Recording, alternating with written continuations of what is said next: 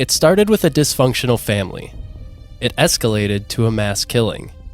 And even then, it went one step further. A haunting that drove a family away. The Amityville Horror has everything a good scary story needs. But how much of that story is actually true? Let's find out this week on the Gems of History podcast.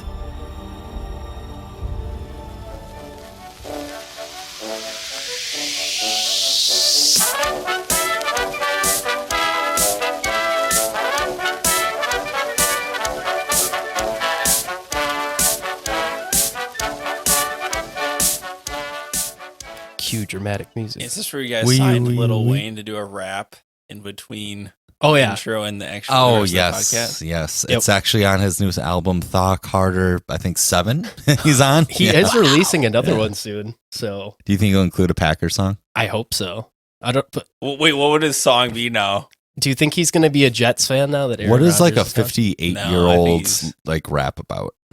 Do you think he's still like There's really no get way- it in he's there? not that old. I was being dramatic. My sciatic nerve acted up the other day. Yeah.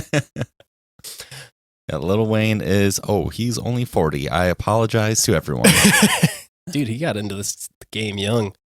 I guess kind of what happens when you're a successful rapper. Well, and also like the son of Birdman, who's also another famous rapper.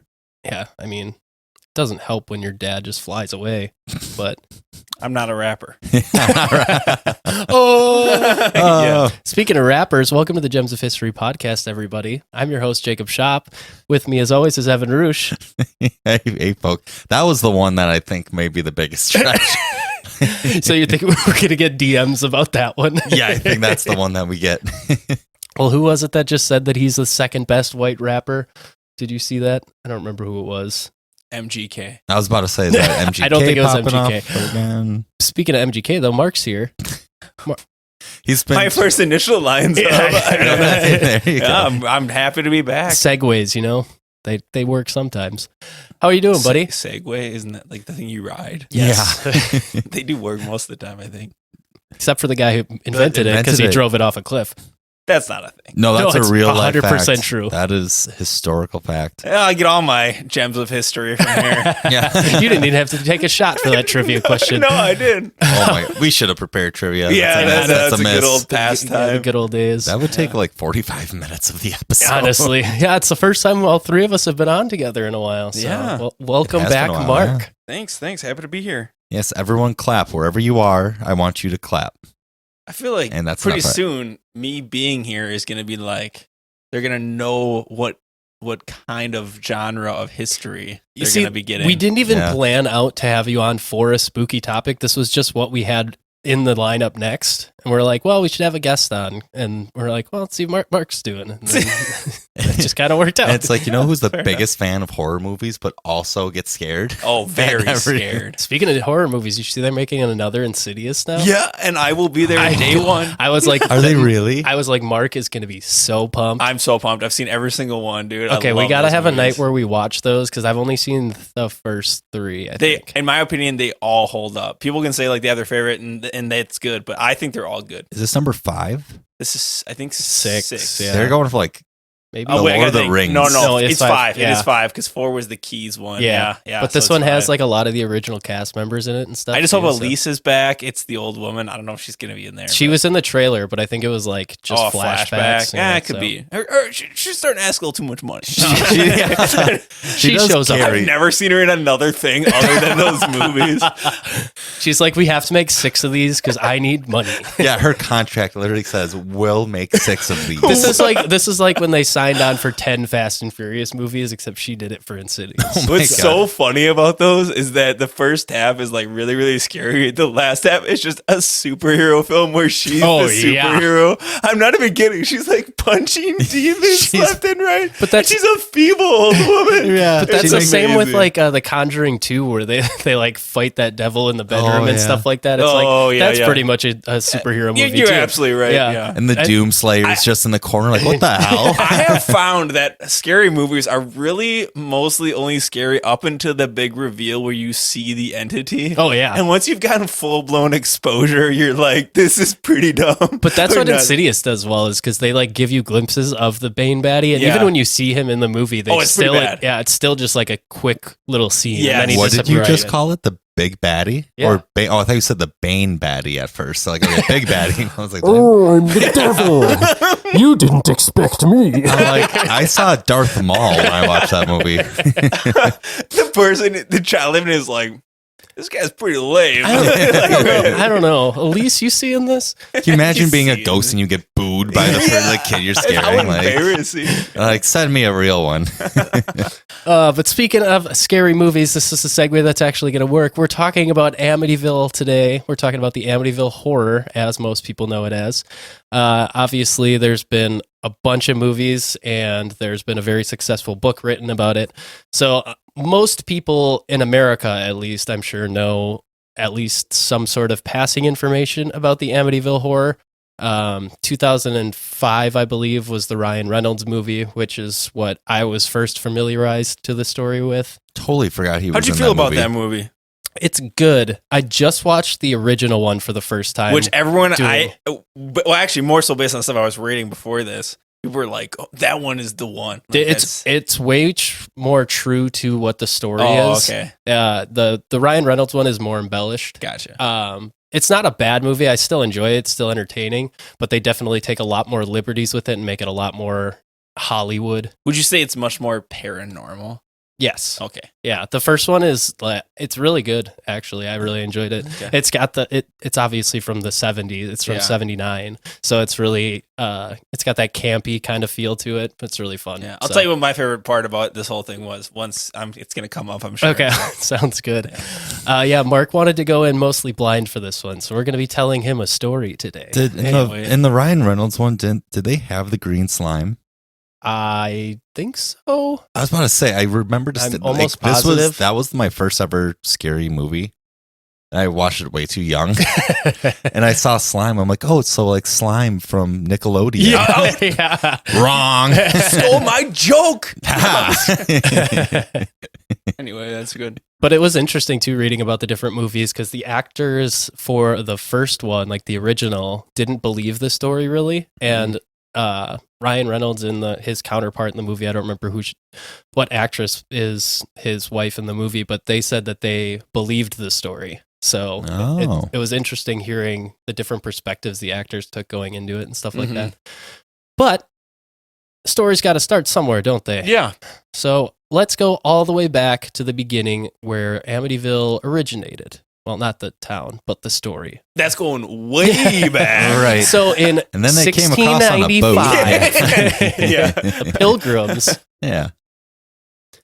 So Amityville, New York is situated on the south shore of Long Island in New York. And in the 1970s, it was home to nearly 10,000 residents.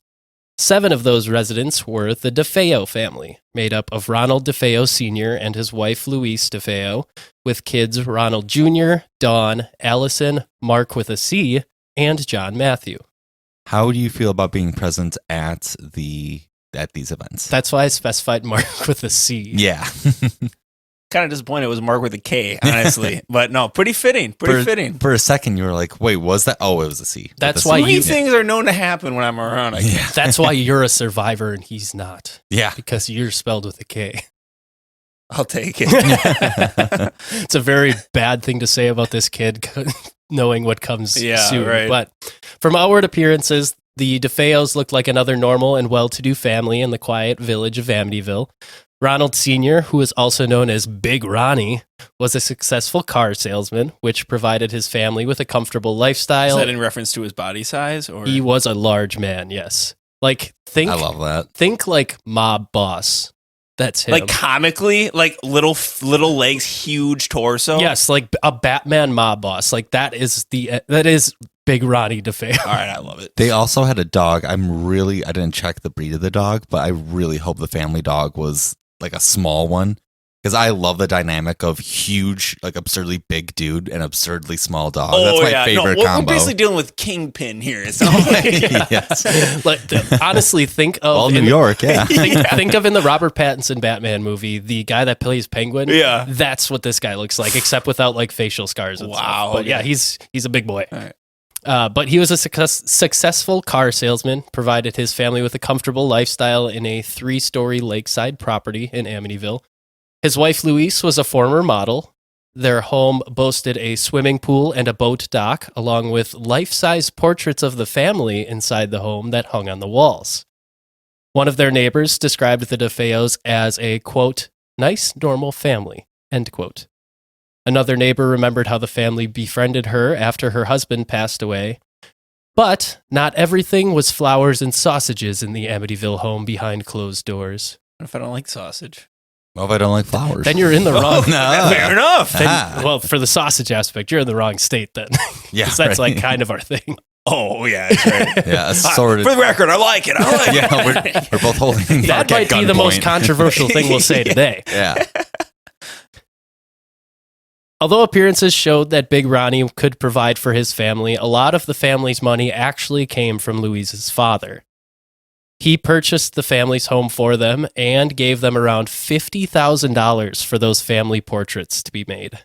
And it took like a year to make these portraits because they were so realistic. Are these like hand painted or something? Yeah. Oh, my. And like people, $50,000 Yeah. in this time, like What a deal. yes, that's what as a much steal. as, that's probably as much as they paid for the house.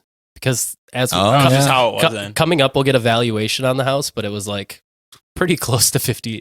So How things have changed. Yeah. but these portraits were like so realistic. that they- Walgreens, can I get a house instead of my picture? Yeah. You're going to the photo booth and they're like, please. Right, and they're like, do you want paper or plastic? Like, for a house? Sir, this is a title to a home. Yeah.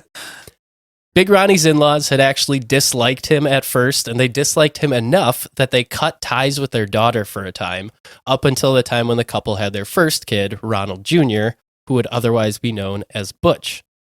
From a young age, Butch had a rough go of it. According to his uncle, Big Ronnie would push his son up against the wall pretty hard if he did anything wrong, and at school, it wasn't really that much better. Because Butch was an overweight kid, so he constantly got made fun of by the older kids, getting nicknames like the Blob or Pork Chop. Ooh, pork chop is a tough. That is That's a tough dagger. one. Yeah. That's On all it- too much to the point. Like if you get the blob, it's like, well, that could also be a superhero, so take that. But pork chop, there's just no coming. I back almost from think the that. Blob is more insulting because it's so different. Like I never hear someone call someone else the Blob. I guess, but like the blob is so over the top. It's almost a little like, wow, that's ridiculous. Right. But pork chop Pork is chop. like to stick a knife But in pork a chops are pretty lean most of the time, so it's like I don't know if that's really an insult. Jacob's really you know, we gotta make to these the things. fat density of the meat. Listen, these are 70%, 30%. Yeah. Fair enough. By the time he was 11, Butch had 2 younger sisters and a younger brother. And after the birth of their 4th child, Louise actually separated from Big Ronnie, but he eventually won her back by writing her a song called The Real Thing, which was performed by jazz singer Joe Williams. Do you have it? I can find it. I'll Just wanna- play a I little bit. just I wanna don't hear know. one line. I don't know if we can play it in the actual audio because I don't know if we'll get copyright strikes for it. Oh, okay. No, But I don't need the- you to. I just need you to read me a line. Twitter jazz is just going to be all over us. Ooh. Sounding like every jazz song I've Tell ever you what, heard. he won me back. Yeah, this was written by a mob-looking guy. The only way this could be better is if it was sang by our friend Teddy's father. Yes. The titular Johnny Martini. That's right.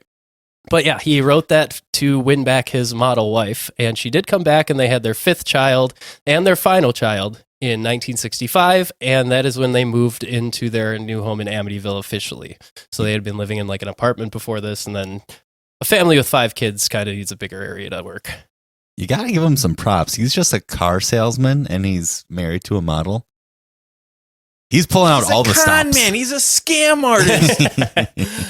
I mean, I don't want to say it's definite, but there was like a lot of talk that he had some connections to mafia ties in some way or just- another. He was Just dipping take his a look hand. at him, There are Jacob. so many people in this story that are just typical the 80s, Long yes? Island. This is the 60s. 60s. Okay. Mm. Well, I'm sure you can get a picture of him. The swinging 60s. I'm telling you, he was probably a huge man. Oh, he was a big boy. Yeah. And you can't get a nickname like Big Ron without being in the mob. Like, that I think. is a mafia name. Right, yeah. Oh, did you talk to Big Ronnie? He's the one you can talk to take care of the business. Yeah. You know that every Sunday they had gravy. Oh, I don't know where the gravy comes from, but sure. Well, Italians call, instead of like pasta sauce, it's gravy. Did you know that? No. I'm like now 80% sure. Where I once was 95. Question him enough to lay doubt. Yeah. That took such a little effort on your part to make me rethink everything. Even before moving into their new home in Amityville, Big Ronnie had developed a violent and abusive attitude towards his family, and this is part of the reason why Louisa initially left. Reports say that most of his anger got directed towards Butch, the oldest son, but some say that they did witness Big Ronnie hitting his wife in front of them as well. As Butch got older, he began to turn some of that violence back on his father, one time even pulling a gun on his father. And despite his parents taking him to a psychiatrist, Butch denied that he needed any help. Okay, that right there, the pulling the gun on his father, where did you find that information? How do we know that? There's multiple reports that talk about it. His father retold the story, basically saying, like, yeah, I was in complete shock because my son pulled a loaded gun on me. Okay. But it was just a very terse household to live in. Do we know if it was the same gun? Spoilers. I don't think so. I think the initial time he pulled a gun, it was a shotgun. Oh. But I don't know that for a fact, so don't All right. quote me on it. Interesting. But after taking him to a psychiatrist and Butch denying that he needs help, his parents tried to go with the route of giving him gifts to keep him happy so that he at least isn't as much of a terror in the house, buying him things like a $14,000 speedboat. But he took all of the money and the gifts that he was given and used that to buy LSD, heroin, and alcohol. I suppose it was the 60s, so LSD very hot in the streets. Easy to get, yeah. So he quickly became a terror in the neighborhood and the surrounding area, not only in his own home. People kind of knew him as the troublemaker around town. Eventually, Big Ronnie even promoted his son at the dealership, even though Butch barely showed up and left early constantly when he did show up. Oh, nepotism. In order to thank his father for the promotion, Butch and his friend faked a robbery to steal $20,000 that Butch was supposed to take to the bank, and him and his friend split the money. Oh It's my like gosh. that's like a huge scheme just to get $10,000, which Well, at the is time, that was probably a ton of money. Yeah. right, but like which is like in your family's name. You don't need to do that. Yeah, I mean, his grandfather ran the car dealership. Right. His father was like the best salesman there. So he had everything he needed.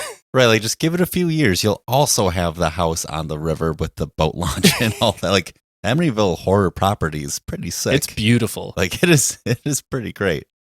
It always, when I was doing the research, it made me think of the house from Home Alone and how everyone's Yeah. like, what did Kevin's dad do for work? Yeah, it's a very nice house. It's blurred out if you look it up on Google Maps now. Yeah. And the that's right. address has changed from what it originally was. Mhm. But when Big Ronnie confronted his son about the theft, Butch threatened to kill his father, a sentiment that would soon come to fruition. Things finally came to a head on November 13th, 1974, when 23-year-old Butch walked through the house with a .35 caliber Marlin rifle after supposedly getting high in the basement. He entered his parents' room first and shot them both twice while they slept. He then entered the bedroom of his two younger brothers and shot both of them in their beds as well, and then onto his sister's room, continuing the trend. Within 15 minutes, the entire DeFeo family was dead aside from Butch. He took a bath, dressed in his work clothes, and worked to hide the evidence like his clothes and the gun. Butch then apparently dumped the evidence down a storm drain and went about his day, getting to the dealership at around 6 a.m. Around noon, he said he was bored, so he left work and went around with his friends until around 6 p.m. when Butch ran frantically into a nearby bar and screamed that his family had been shot, possibly in a mob hit. Those at the bar then joined Butch and headed back to the house, only to find the entire DeFeo family dead. All of the family members were lying face down on their beds. And when police questioned Butch, he initially restated his mob story and was even put into police protection. But it didn't take long for his story to fall apart. The hitman that Butch had named was out of state, and his timeline didn't match up to when the murders had happened. And when he realized that he was at the end of his rope, Butch confessed. In his own words, Butch said, quote, "Once I started, I just couldn't stop. It went so fast." End quote. Like Butch that. the Butcher. Hey. Yeah, there you go. But like that's what you say when you're addicted to like, or when you're about to like eat an entire bag of chips. Like I started and I couldn't stop. I don't think the same sentiment really applies to a sane person when it comes to shooting them with a rifle. Killing in their your home. entire family. The entire family. I'm sure Jared will get into this. There's some things that are a little weird about it. A rifle is not, especially a Marlin as I'm picturing it, is not going to fire a ton of rounds off very quickly. It's going to make a lot of noise. Yeah, like when it's floundering on the ground. It's a big fish. Hard to keep that Dude, quiet. there were no Marlins, the fish at his house. How do you know? Oh, at Get this outta here. point in history, the marlin wasn't invented yet.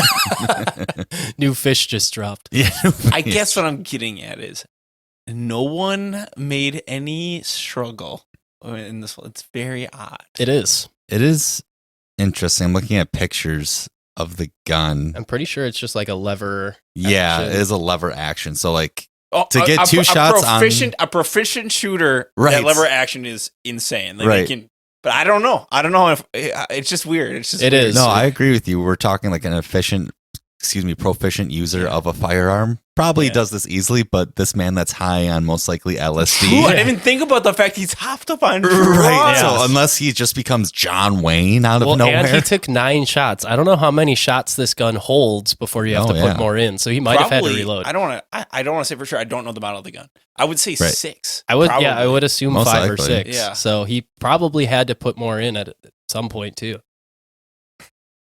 I'm trying to think if I'm a kid. It is possible if I'm pretty young and I hear some loud noises. I'm like, man, I'm trying to sleep over Yeah, here. what the Like, heck? it's very possible I roll over and I'm like, Yeah. I'm just trying to sleep. But Yeah. I'm if, trying to if I see- know it's a gunshot, Yeah. you're probably getting up. I mean, Right. Yeah. Right. And that is probably the weirdest part of Yeah. this whole thing. Like you're rolling over, like, man, I have a big math quiz tomorrow, or like some, whatever you're worried about as like a actually grade yells, schooler. keep it down. Oh, there you go. Dad said we were taking the boat out tomorrow. Now it's going to get canceled. Oh gosh, it's so sad. Oh no! It's getting canceled. You made it. You made it real. Oh. Ronald DeFeo Jr. went on trial in October of the next year, and his defense originally claimed that Butch was insane and had killed his family because there was demonic voices in his head telling him to do it. But that argument didn't work, and Butch was quickly found to be of sound mind. The empty box for a .35 caliber Marlin rifle in Butch's room, plus his constantly changing story, broke down any argument that he didn't know what he was doing. A psychiatrist for the defense found Ronald DeFeo Jr. to have antisocial personality disorder, and he was motivated by his selfishness. Eventually, he was convicted on 6 counts of second-degree murder just over a year after the murders had taken place, and given 6 sentences of 25 years to life in prison. May I ask why one gets second degree versus first degree? I'm assuming they How probably... hot they were at the time. No. Well, like degree burns, guys. Not like facial features. know. I'm assuming Let's they... do the smoke show. Yeah. I don't know for sure, but I would assume it was probably some sort of diminished responsibility plea, like with the insanity defense, Mhm. and they probably gave him some sort of concession there, and that was the reason why, but I really don't know. So, I wonder how easy it was for the psychiatrist to see through the hearing voices thing, because hearing voices, I'm reading this from healthgrades.com, are typically only associated with like psychotic depression, schizophrenia, brain tumors that affect your central nervous system, which like huge brain Well- tumors, dementia, and epilepsy, like we don't after know you had how a stroke. long he was doing these hard drugs for, Right. which could have had a serious impact on his mental health. it could, yeah, but I don't think Yeah, that's true. it probably wouldn't cause enough damage to like make someone break this hard, I don't think. Unless it was I don't like LSD. Well, that's kind of what I'm getting at. Is like, well, yeah, I guess LSD Right. LSD is probably pretty bad. Right, yeah, I was LSD about to say- squared. I was about to say it's pretty bad, but I'm like, no, don't look at me. I don't know. It's but bad in conjunction with other drugs, that's Yeah. for sure, which is probably what he was doing because he was drinking and doing drugs and stuff. So, yeah, all of that together, it does 60s. it definitely doesn't help a person's head. That's for sure. New. The small village of Amityville was obviously shocked by the murders, giving the property at 112 Ocean Avenue a ghoulish reputation. And this reputation was aided by mysteries still surrounding the murders, like the fact that nobody seemed to have woken up during the killing spree, all having died without a struggle. So that comes back to what you were mentioning earlier, which is probably the weirdest part of this whole story, in my opinion. Also curious was the fact that none of the neighbors claimed to have heard any gunshots that night. Granted, it was around 3 a.m, but later experiments showed that a .35 caliber Marlin rifle shot in that house could be heard around 4 or 5 blocks away from the house. Yeah, and for all of us who have heard firearms, I mean, I've woken up to less than that. I Yeah. just feel like that's pretty odd. The other thing I was going to say is you said they were all found face down. Yes. It almost sounds like they were positioned post being shot. There is a theory about that. That's just what it sounds I'll like. talk about that later Oh, okay. on. So, but yeah, you're not wrong. So, That's why this is so much different than the other, like, let's call it family murders that we've covered on this show. Like the different axe murders Yeah. that we've covered. Because swinging an axe, like, that's of course not nearly as loud as a gunshot, right? Okay, was there an autopsy on all these people? there was And it checked out that their wounds were just just gunshots. Hmm. Yeah, it's weird. And to add on top of the weirdness, there was a report of noise that night around the time of the murders, but it was the fact that the DeFeo's dog was barking. Nothing about gunshots. The neighbors were like, that yappy dog. Yeah. Hear so the gun. they were awake to hear the dog, but not the gunshot. Yeah, they said around from 3 to 3:30 around that time, the dog was reported to be barking, and the murders are like estimated to have happened around 3:15. So right in the middle of that. And still, after all this, nobody knew what motive Ronald had for killing his whole family. His story, as I mentioned earlier, was constantly changing, and nobody could really understand why he would have killed his younger siblings when the father figure was really the only one he had issues with. So nobody knew why. Some people just want to watch the world burn. That is a that the fact. line? Right. But regardless of motive and regardless of all the mysteries surrounding it, Amityville moved forward. And aiding in this move forward was the Lutz family, who moved into the DeFeo house right after the time of DeFeo's conviction. So around a year after the events actually took place. One more point on the, like, why didn't they all wake up or whatever? Do you think that maybe he slipped some? I'm just reading another article online. Do you think that he slipped something into their food or anything like that? They did drug tests. They did drug tests? The autopsy showed no drugs That in also their would systems. imply it being premeditated. Right, and not because of drug, And I'm yeah. just I'd be a little surprised, even as bad as this guy's life sounds like in this very moment. I'd be a little surprised if this was a premeditated massacre, Yeah. but I don't know. But Yeah, because that was originally one of the things that Butch said on the stand was like, I drugged them so that I could kill them all quietly and he stuff like says that. this. That was one of the things they like brought up in court, and they're like, no, well, there are no drugs found in their systems, so it doesn't add up. So like that's why like there is so much mystery after everything. I have a crazy. We're about to move into the second half of this, right? Yes, So, if any more things I have to say about the murder part, I could probably say now. we'll go back to it later on in the story. So it depends. Okay. Well, let's just keep going. Okay. So the Lutz family who moved into the house consisted of George Lutz and his wife, Kathy. George was once divorced and had recently married Kathy, who was his second wife. They met in 1974, married in 1975. George and Kathy both had their own houses, so to start their new life together, they decided to sell both of those houses and put that money towards a new home for the family, which included Kathy's 3 young kids, which were estimated by George to be around 4, 7, and 9 at this time. They heard about the house on Ocean Avenue and went to go check it out without knowing the past of the house but when they arrived, the realtor told them about the DeFeo murders. So the couple talked it over with their kids and with each other, basically saying, hey kids, you're going to be sleeping in a room where the other kids were definitely murdered hardcore, but all of the kids agreed that they were fine with it, and they decided to move forward. Okay, can you confirm they did not know before going to this viewing of the house Yeah, that this happened? yeah, They did not know. They didn't initially know, but they knew once the realtor told I them. had originally heard that it was possible. Well, let's just keep going. What were you going to No, say? because I don't know if it's getting ahead of myself. Just go. Oh, well, that maybe they would buy the house knowing its reputation for potential profitable gain down the road. Meaning, we're going to get into like what happens, but like if it had been premeditated, potentially what they were going to do.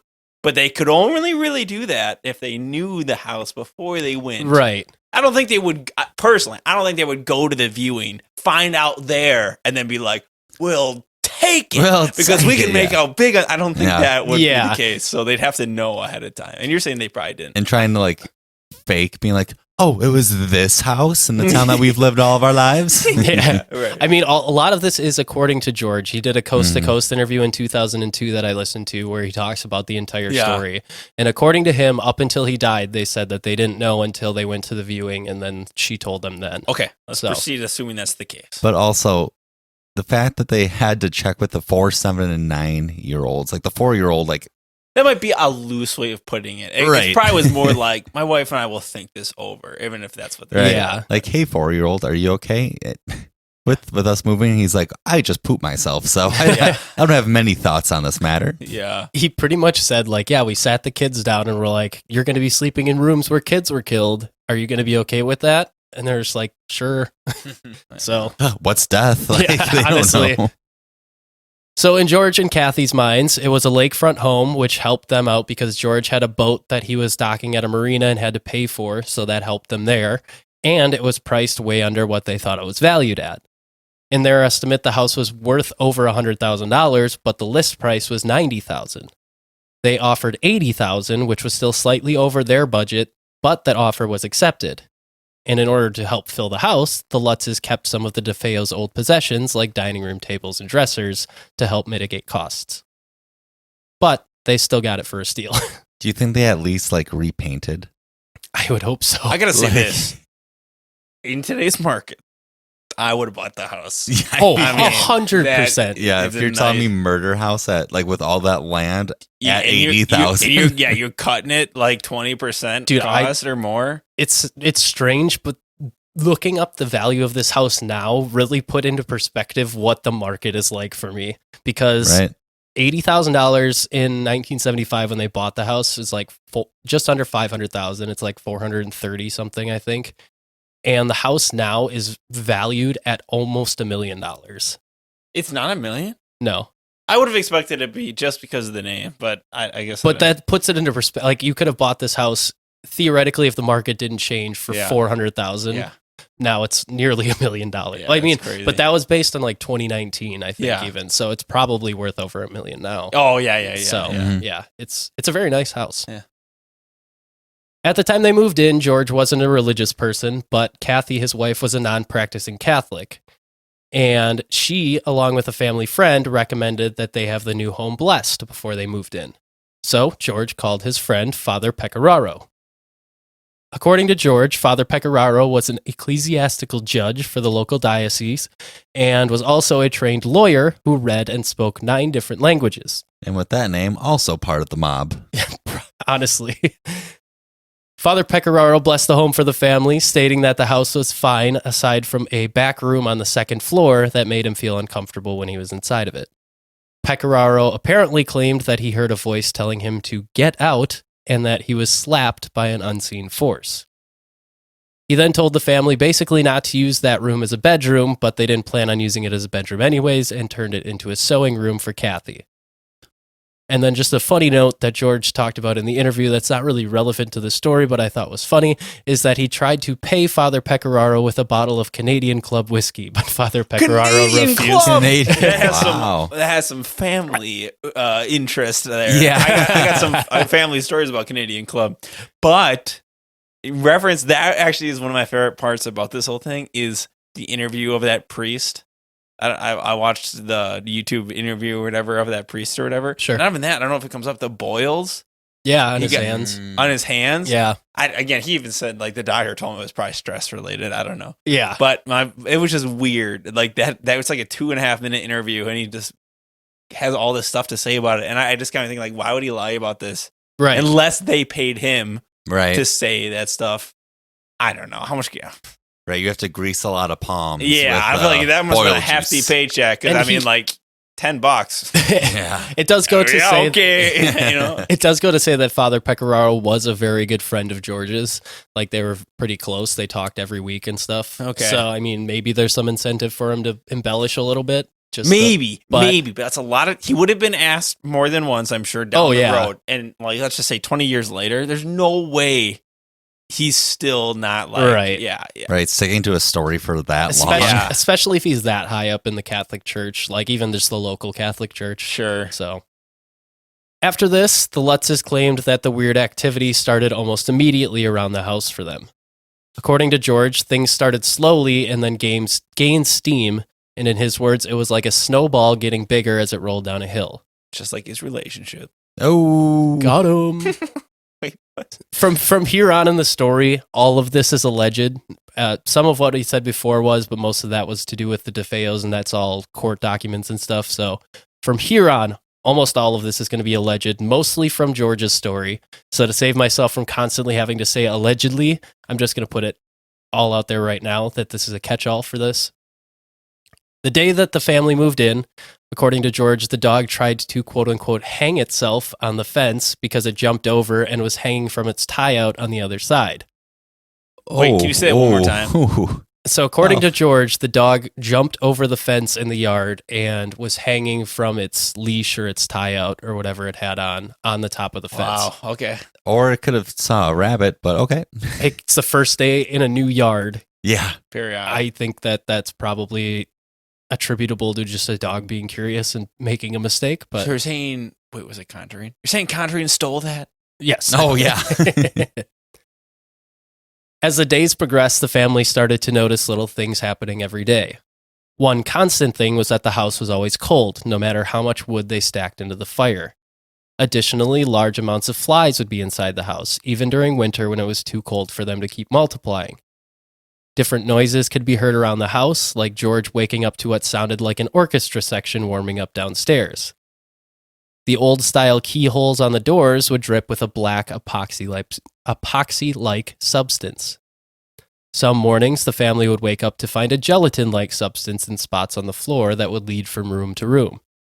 Various different odors would pop up around the house. But like I said, things just kept escalating. Did they not hire an inspector before they bought this bad boy? Like, I they don't know. keep on just sending different priests, but they're like just one inspector or contractor be like, well, there shouldn't be slime. There shouldn't be anything coming out of a keyhole. George was like immediately defensive of the gelatin substance on the floor because he's like, we didn't have Jell-O in the house. The kids didn't have Jell-O. I'm like, no, nobody said that they did. Super anti-Jello. I don't think anyone's accusing you He's the of only spreading Jello around your he's the house. only one in the fight against Big Jello. Okay, I got a question for you. Okay. You know how this is kind of unrelated. You know how like when you say Jello, Yeah. it's a brand name. Yes. Jello. What is it? What is that? Gelatin? Yeah. Is that Yeah. all that is? Yeah. Yeah. No, It's like Kleenex and I tissue think so. paper. Yeah.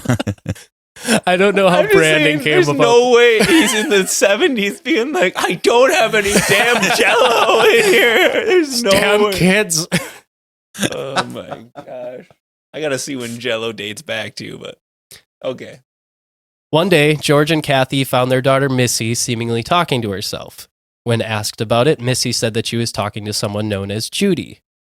After these interactions began, Missy started to ask her parents questions like, do angels talk? And saying things like, Judy said we're going to live here forever. Oh, That's actually a pretty good vote of confidence. I mean, you're gonna live It's a forever. yeah. True. And And then- it's a nice house. Yeah. So, guess And it could be worse. And then the dad was like, actually, we are locked into a 30-year mortgage at 1.2% interest. Fixed rate. Yeah. It's a freaking steal. Yeah. Tell Judy that. Tell Judy that. Wow. When asked what Judy looked like, Missy said she looked like a large pig with red eyes. George said his... Pork chop. Oh, yeah. It's Butch. It's Butch. Around this time, George said his thoughts began to get darker and his attitude began to change, along with the two boys in the house treating each other differently as well. Physically, George witnessed Kathy transform into an old woman with the face and hair of an 80 or 90-year-old woman, and he said this would last for hours at a time. That's the meanest. What? That's the meanest thing he could say about his wife. I know, but That is so mean. But like she said it too. She's like, yeah, I could even see that it happened. Ooh. Reminds me of that Game of Thrones app for that one redhead chick. Oh, Everything Just that goes starts up. aging. What was her name? The Bears. Yeah, that's what I heard too. It's The been red lady? 80 Yeah, the red lady. It's been 84 years. Titanic. But as I mentioned, he wasn't the only one who could see it because Kathy said that she could see it, and even her mother was a witness to the transformation at one point, apparently. George would wake up nearly every night at 3:15 in the morning, which was approximately the same time that the DeFeos were killed. One of the windows closed on one of the boys' hands and, according to George, flattened them and deformed his hands. And this part of the story is kind of confusing because originally George said that they took the boy to the hospital for his hands, but later, when asked to verify the story with hospital records, he said that they never actually took him to the hospital and that the hands were miraculously healed on their own. He actually just blew into his thumb like with air, like a cartoon. Wait, Butch is still alive though. He is. Very much in prison. Did I say Butch? No, you didn't. Okay. I'm thinking about this. Like, is he still out there? Type deal. Yeah, well, like, if there was an evil spirit, let's just say, Oh, logically, I would assume it'd be the same guy who killed his family. right. I don't think any of the. Then again, it could be the mob guy. Yeah. Yeah.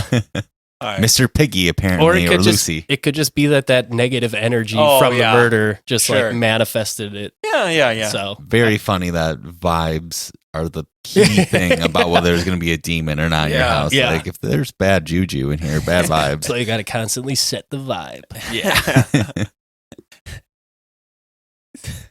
Around- This house has a strong sexual vibe. There's just constantly like smooth jazz playing somewhere. Well, they said there was orchestra playing. Like, it's also very, that description's very funny. It sounded like an orchestra was warming up. Like, what? They never got to the crescendo. Yeah, I guess not. I don't have it today, guys. Cancel it. It's Shut like, man, Shut Beethoven. it down. Yeah. Where's the maestro? Beethoven's about to go off. Around this time, doors began to rip themselves off the hinges around the house, and things continued to get worse until the 28th day that the family lived in the home. That night, early in the morning, George was awoken by the sound coming from upstairs in the boys' bedroom. Apparently, the boys' beds were bouncing up and down on the floor, but George said that he couldn't go check because he was physically unable to move from the bed. He looked over and saw that his wife, Kathy, was levitating off of the bed. He was able to grab a hold of her and keep her from levitating away, but at the same time that she was floating, she was also turning into an old woman again. Eventually, everything that was going on that morning subsided, but later that afternoon around 4 p.m., the Lutz family officially fled the house, leaving their belongings behind. The couple never really liked to say what actually took place that day that made them leave, so it's not really clear what the inciting event was that officially got them out of the house. That's crazy. 28 days. Yeah, Like, that's it. not even a month. I would have said more than one day is pretty good. Right, yeah. But I mean, they said that It was just an influx of slime that they saw, and they're like, "This is the turning point." It wasn't the Gross. levitating, it wasn't any of that stuff. It Yeah. was the It slime. was the slime. Man, Nickelodeon needs to, or this family needs to sue the crap out of Nickelodeon. Like, they stole our thing. No, that house is still the supplier for the slime. Oh my God. That's where they got it from. All right, the river and back is literally. That's why they just- had to get rid of it, because it was causing too many issues around the studio. People were asking too many questions, snooping around. That's how everyone living there is making their major money. They're selling this slime. Yeah, Amityville's main economy is Wow. just. He was slime a successful car salesman. George Lutz only returned back to the house one time after the events, using his friends in the meantime to help them grab stuff that they wanted to keep from the house. But 2 months after they moved out, reporter Laura Didio contacted the Lutzes about organizing a group of paranormal and psychic researchers to investigate the home. In an event that she later described as a quote-unquote psychic slumber party, which boasted big names like Ed and Lorraine Warren, many photos were taken and different psychic readings were done in the Amityville house. It was just a huge orgy. That's what it sounds They're like, we have no choice. It's the jazz. Ooh, Ed and Lorraine, you're in your prime right Oh, now. Oh, Instead of changing into old people, actually just change into the actors that play them in The Conjuring. Man, yeah. Then they're actually hot. Like confirmed good-looking people. They don't look like the old man from Up. Oh my God, yeah. According to Lorraine Warren, she felt an overwhelming feeling of depression once she entered the home. And another woman named Mary Pasquarella, who was a psychic and self-proclaimed time walker, led the psychics and described what she called a feeling of pure evil in the Amityville house. At one point, Mary said she felt ill and went to one of the bedrooms to rest up because that was her safe zone in the home. But while she was in the room, she began to recite the Lord's Prayer, and as she did, she noticed a group of figures in the doorway who began to recite the Lord's Prayer with her, but backwards. In response, Mary grabbed her holy water and threw it on the figures in the doorway, and once it hit them, it made what she described as the sound of water on a hot pan, that kind of hissing noise. Ooh. Ooh. I don't like this. Also, she's had holy water like on her. Well, I guess Catholic. Yeah, Yeah, they're all that makes Catholic. sense. Yeah. They're with Ed and Lorraine Warren, who probably just carry around like a squirt gun full of it Oh, at any time. that They sounds keep right. that thing on them Yeah. for sure. Yeah. According to Laura Didio, she didn't experience anything otherworldly herself, and she can only take the paranormal and psychic investigators' words for what they experienced. However, one of the most compelling pieces of evidence came in the form of a photograph from this investigation. There was a camera set up in the hallway by the stairs, set to take photos at regular intervals. And in one of these photos, you can see what appears to be a young boy peeking out of one of the doorways over the railing of the staircase. And this is probably one of the most famous pieces of evidence for the Amityville story that if you know anything about it, you've probably seen. There was also another picture that came along with that one known as the Padre Pio photo that supposedly shows the likeness of an Italian friar who later became a saint on a moose that was hanging in the living room. Yeah, we're looking at the photo right now, and oh my God, that is a child. Yeah. Terrifying, isn't it? Yeah. Very, very, very terrifying. After leaving the home, George Lutz realized how hard it was for them to get out of the house. It was almost like he said the house didn't want them to leave. But after they were gone, they stayed gone. 3 years after they had left the house, Kathy and George took polygraph tests with the supposed number 3 guy in the world leading the tests, which both of them passed with flying colors. How do you think that ranking is determined? Number 2. Yeah. Hey, I'm just taking George Lutz's word for it in this one. What does that even mean? The I'm number the best. 3. I do the best polygraph test. He was like, he was trained by the FBI. I'm like, yeah, so is everybody probably. Right. Yeah, and it's also like the machine does the work here, sir. Yeah. Like, You just hook them up and ask questions. yeah. We need the best guy. Get this guy. No. I'm only the 3rd best. Yes. Out of 5. Eventually, life returned to normal for the Lutz family, but their story didn't end once they left the house. Shortly after leaving, George says he and Kathy met with Ronald DeFeo Jr.'s lawyer, William Weber, to see if they could help DeFeo in any way, because after their experiences in the house, they supposedly realized that Butch may have truly struggled with whatever was in that house that tormented them. But here is where things really begin to get messy. Apparently, the meeting began to shift towards the possibility of a book deal to tell the Lutz's story. However, Weber wanted to share 5% of those proceeds with DeFeo in jail, which led the Lutz family to pass on that offer and seek out someone else to maybe tell their story for them. Yeah. I believe there's an actual law that you can't make money on your crimes. Now there is. Now there is. Yeah. Oh, that's right. We've talked about this before. I'm pretty sure back then it was still allowed. Obviously, it was still allowed if you put that offer out on the table. Right. But they said, yeah, we're not going to do that because you're basically rewarding Butch for killing his family. Yeah. Eventually, the Lutzes got in touch with a man known as Jay Anson, a writer who took their story and wrote a book that was published in 1979 under the title of The Amityville Horror, A True Story. The book was That's the key part of the book title. You have to say true story. Yeah. Yeah. It's going to get him into trouble later. The book was almost immediately a bestseller, it eventually had 37 printings and sold 6.5 million copies by 1981. So only a few years after it was released. Yeah, it's doing numbers. The book was the supposed story of the Lutz's stay in the house. It got quickly adapted into a movie, and the story went into overdrive in the public eye.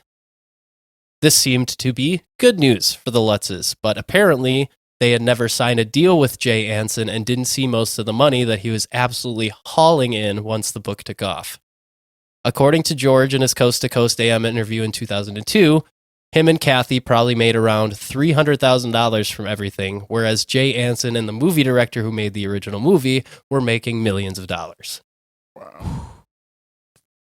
So like your life story, that sucks. Yeah, literally. Alleged life story, but that sucks. But like, why would you not sign a contract? Right, you gotta get things. No matter if you think it's going to be a good book or not. Right.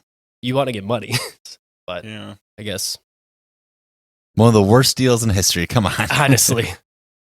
So perhaps the publicity wasn't as good as they had hoped for them, and they weren't the only ones who were struggling with this new media craze. 14 months after the Lutzes fled the house, Jim and Barbara Cromartie purchased the property and moved in. Right after they settled in the house, articles and the book were trickling out about the haunting, and they got a lot of unwanted visitors to their house. Throughout their ownership of the home, the Cromarties never claimed to have experienced or seen anything unusual in the home other than the constant paranormal tourists. They would eventually sue the Lutzes, Jay Anson, and the book publisher Prentice Hall for over $1 million in damages for fraud over the book's subtitle of A True Story. They eventually settled out of court for an undisclosed six-figure sum in 1982. And this began the waterfall of skeptics to the story of the Amityville Horror.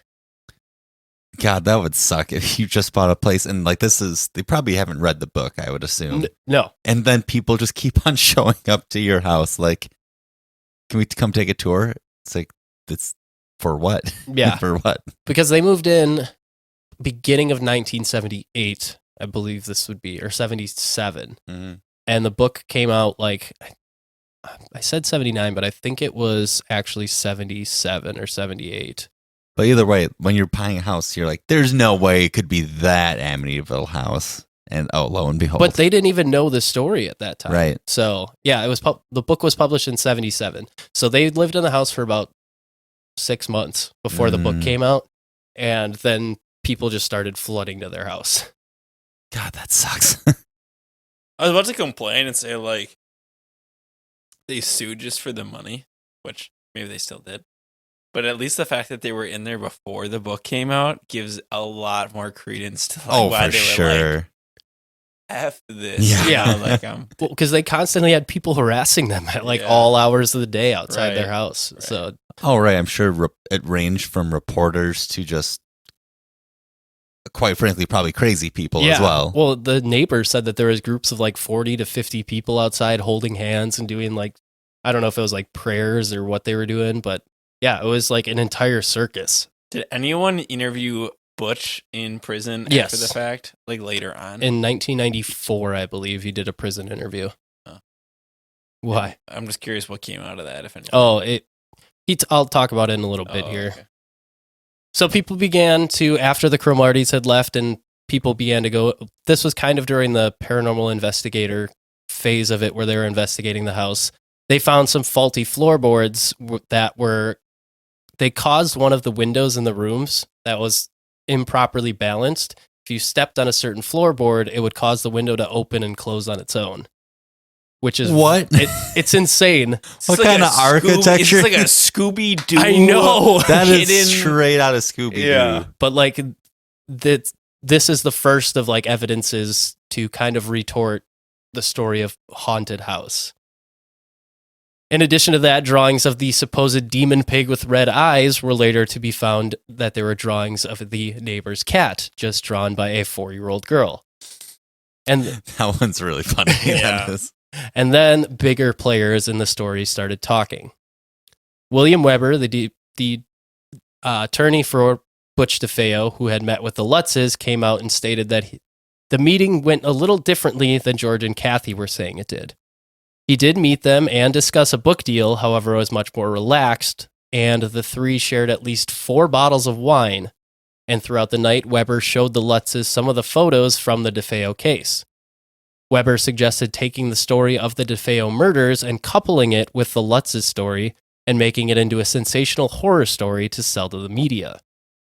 They could take aspects from both stories and combine them into one, such as the flies on the corpses of the DeFeos who had been decomposing in the home for nearly 48 hours after they had died, or the greenish slimy substance that the police had used for fingerprinting in the home. Both of these could be embellished and combined with the haunting into eventually bleeding walls or swarms of flies attacking a priest that can be seen in the original Amityville Horror movie. After the Lutzes refused his offer, he tried to carry on alone, but all that happened was an article in Good Housekeeping, which the Lutzes sued him for on the basis of invasion of privacy. Good Housekeeping. It was a different publication I back was then. about to say, was apparently. this just completely different magazine? During this time, another rumor that surrounds the haunting started, that the Amityville home was built upon an old Native American burial ground. George Lutz apparently said that he saw maps and historical evidence of these burial sites, but in his words, the Historical Society quickly secreted them away and hid them. And they had, I want to say he was a paranormal psychiatrist or something like that, came into the house and took some photos. And there's a documentary that I sent to you guys. And in that documentary, he holds up this insanely blurry photo. And he's like, in this photo, you can clearly see that there is an image of a white horse next to me. And that's because the Indian chief rode on a white horse. And it's literally just a blurry as fuck photo. But clearly, you can see. Why is it always an Indian burial ground? Every that's- time. Yeah, it's, It always says. But regardless, this was pretty much another dead end. Strangely, however, Ronald DeFeo Jr. corroborated Weber's story that the haunting was a hoax. While in jail, Butch said that Weber was telling the truth about the Lutzes and the book deal, stating that he never wanted to claim insanity for his case and that the demons' voices were all made up. His story, which claimed to have seen Butch visited by a demon with black hands, was actually much more human than they originally had claimed.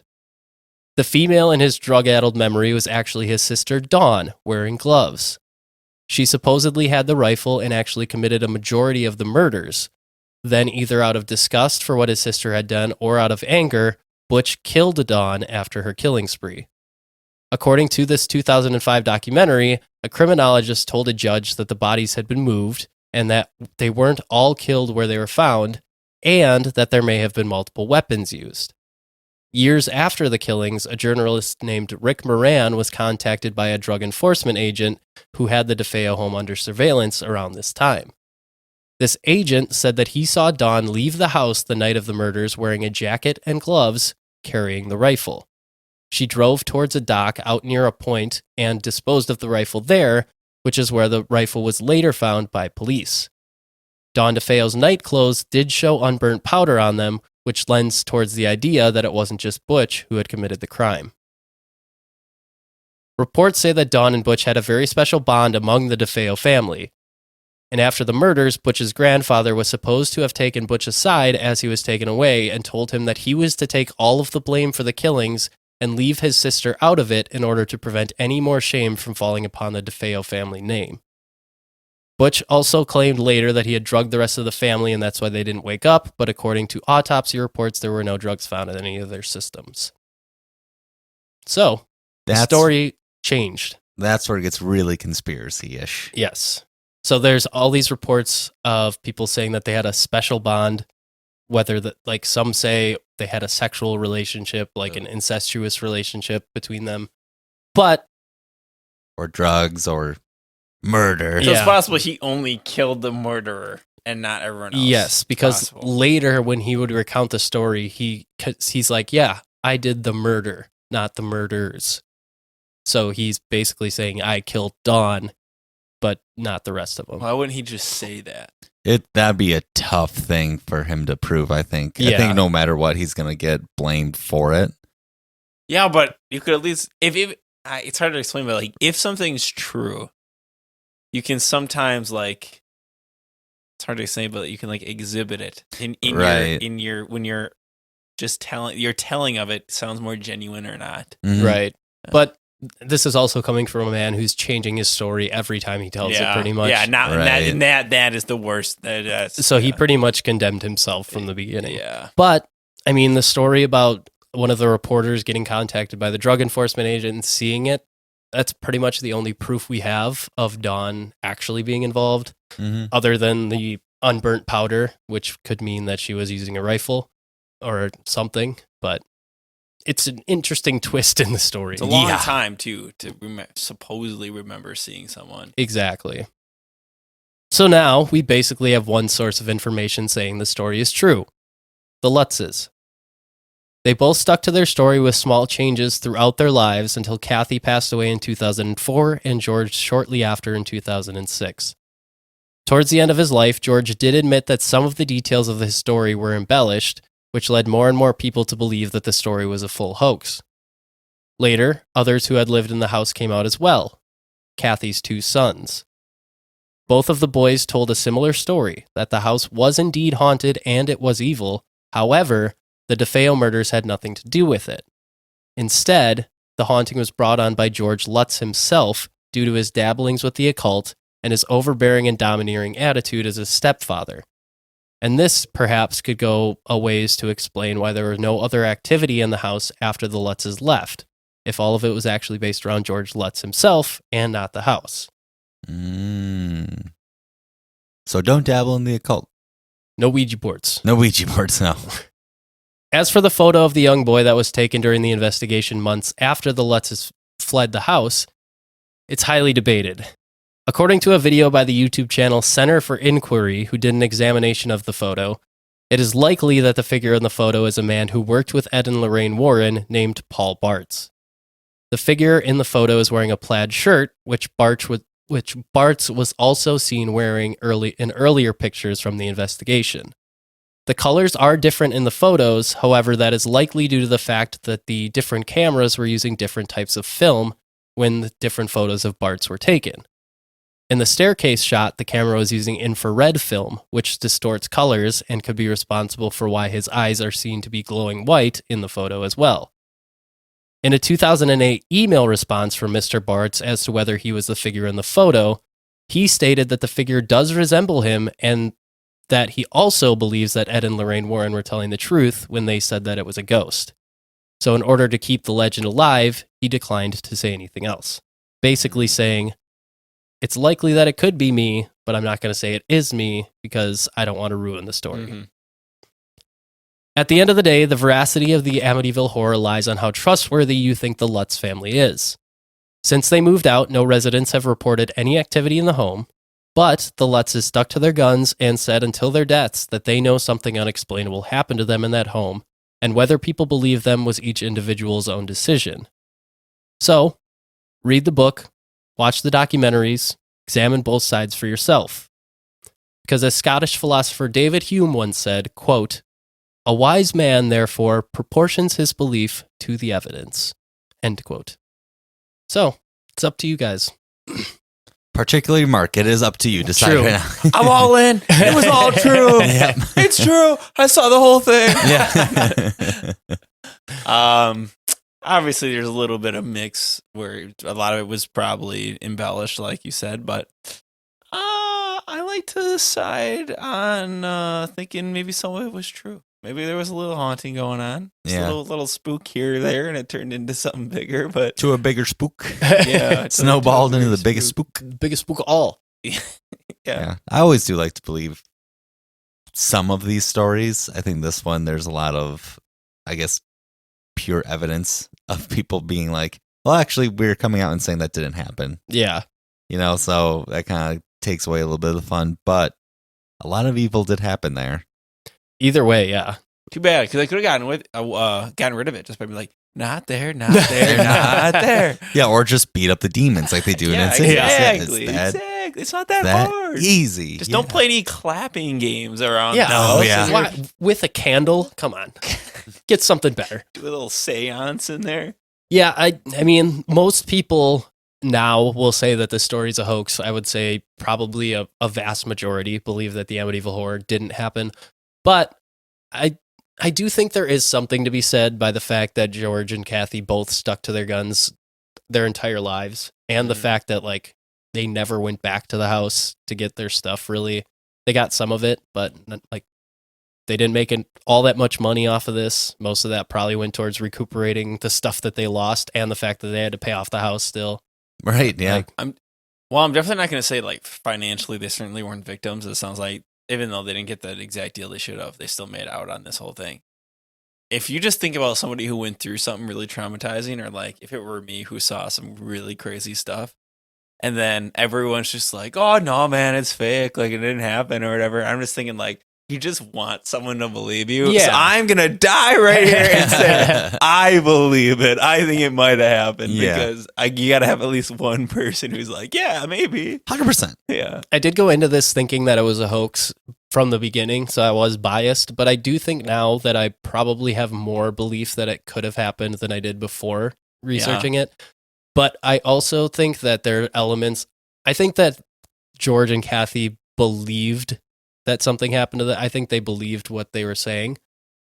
Do I believe that it happened the way they were saying? I believe they think it did. Yeah. But then that's their reality versus mine. It's not a lie if you believe it. Yep. But then, like with the kids coming out and saying that it was because George dabbled in the occult and stuff like that.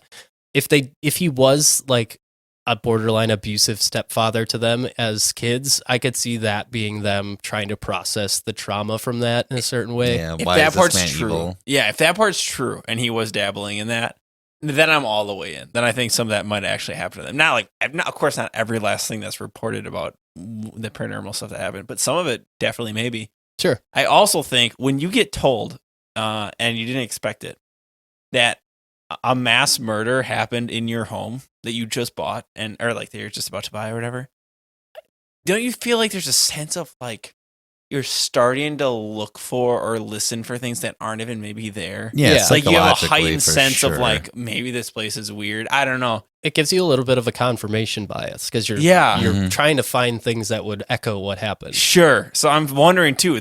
That's why like 28 days. That first 28 days was probably crazy stressful because there's like something crazy happened in here, really, really bad, and I'm starting to notice things. Would you have even noticed any of that if? And you think too, like you're a brand new family, Yeah. all moving into a house together for the first time. You kind of overpaid for the house that you're buying. Mm, It's just like an entirely new environment. It's a stressful situation in general. So yeah. I don't know. Yeah. It's an interesting story to be sure. Mm-hmm. But the amount that this story has blown up since the beginning is insane. Yeah. Like the amount of iterations of movies that have been made and series and books. Yeah, millions of books sold. Yeah, it's crazy. Have you heard about the paranormal incident that used to happen at the Roosh household? Dude, every night I was there. the chocolate Their milk? chocolate milk would The just chocolate go milk, missing. I It would knew just go ex- I knew missing. exactly Just go where I was missing. going. Every Yeah. time. Especially if you and me were both there, it seemed Yeah. like the activity was Dude, way it more. was unbelievable. Yeah, it's I just know. And when there was no chocolate milk there, it got really crazy. People were mad. The anger you The could anger. feel. Yeah, it was Everyone's tangible. mood was changed. It's crazy. It yeah. is. It is insane.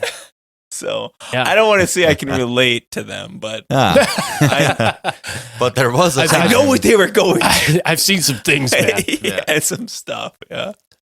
But that is the story of the Amityville Horror. There's so much out there that you can watch, that you can read, that you can listen to, whatever you want to do to kind of get the entire story if you really want to. I kind of tried to compile the story the best that I could from a lot of different sources.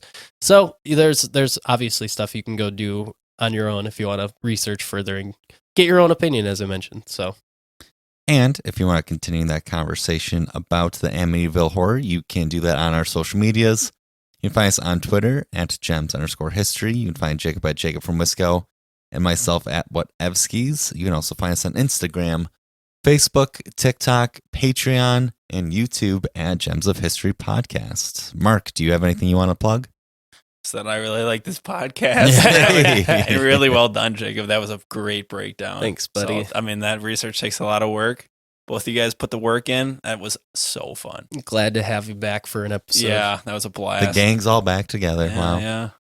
But yes, thank you to everyone who has supported us on Patreon so far. If you do want to go sign up, you can go to patreon.com/Gems of History podcast and sign up there. You'll get ad-free episodes. You'll get access to monthly listener polls to to pick episodes for that month and all that fun stuff. So yeah, otherwise you can get in touch with us on the places Evan mentioned before. So everyone have a great week this week. We love you. Thank you for listening and stay polished.